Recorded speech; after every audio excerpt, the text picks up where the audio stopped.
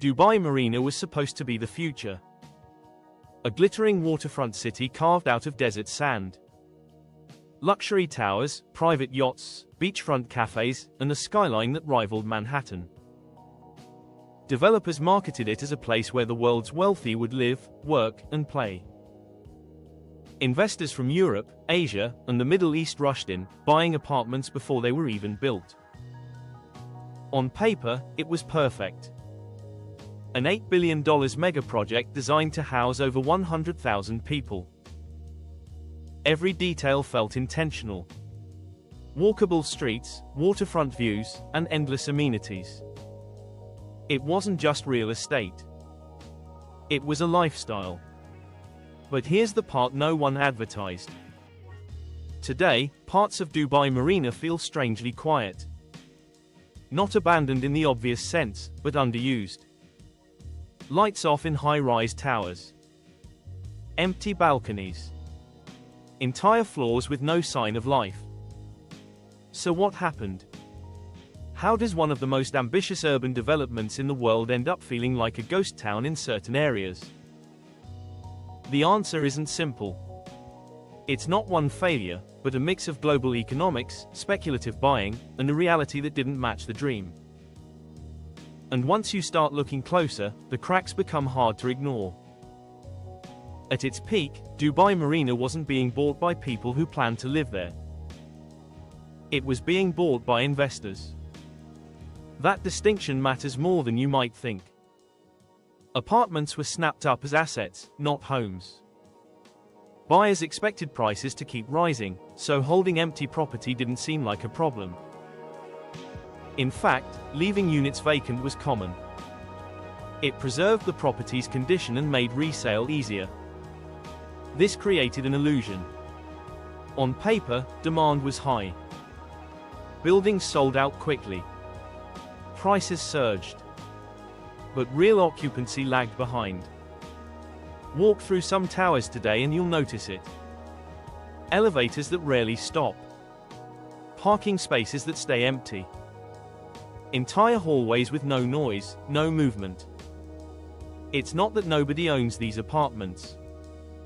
It's that nobody lives in them. And when a neighborhood lacks full-time residents, something subtle but important happens. It loses its energy. Restaurants struggle to stay busy. Shops don't get consistent traffic. Public spaces feel quiet, even during peak hours. The marina still looks alive from a distance. The skyline is lit. The water reflects the towers beautifully. But step inside, and you start to feel the difference. It's a city built for people who never fully arrived. To understand Dubai Marina's current state, you have to go back to the boom years.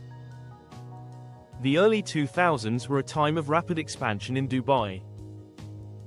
Construction cranes filled the skyline.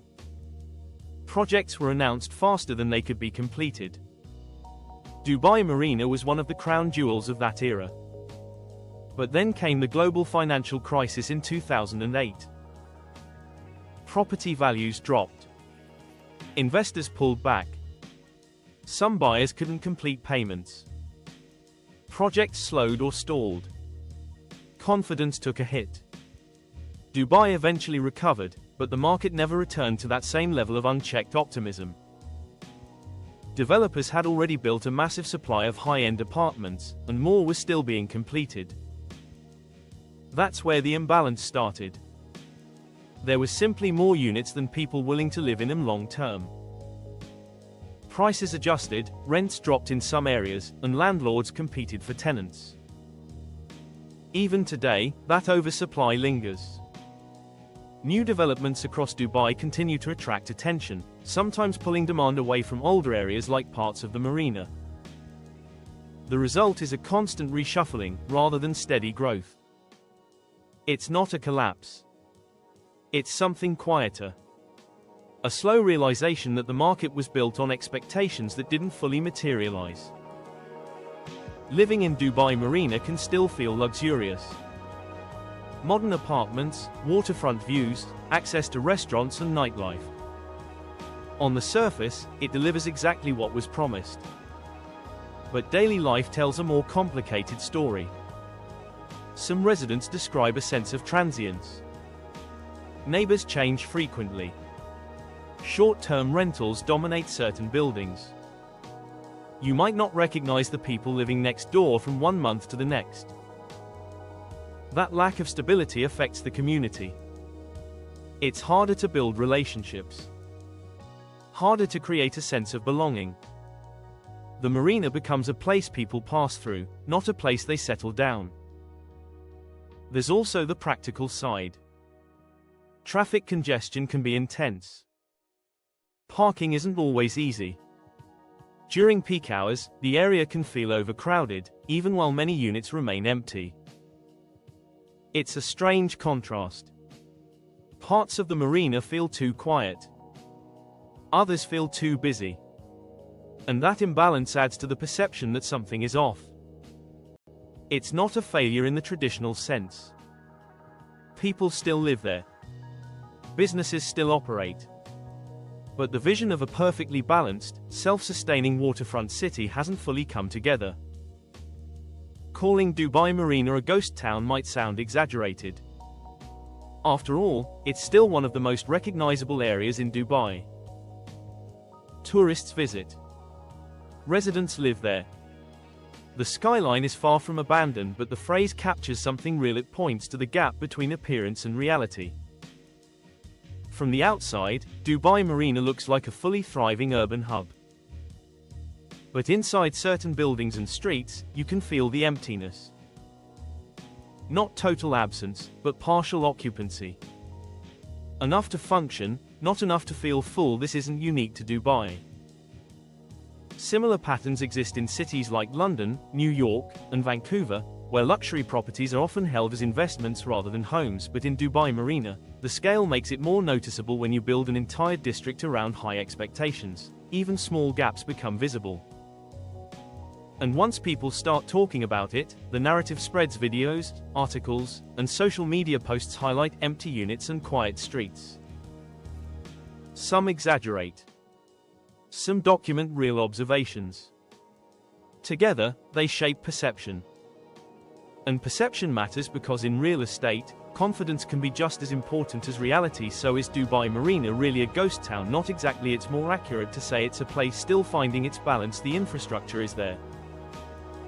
The location is strong. The appeal hasn't disappeared. But the way people use the space is evolving. More long-term residents are moving in as prices adjust. Some investors are shifting strategies, choosing to rent rather than leave units empty.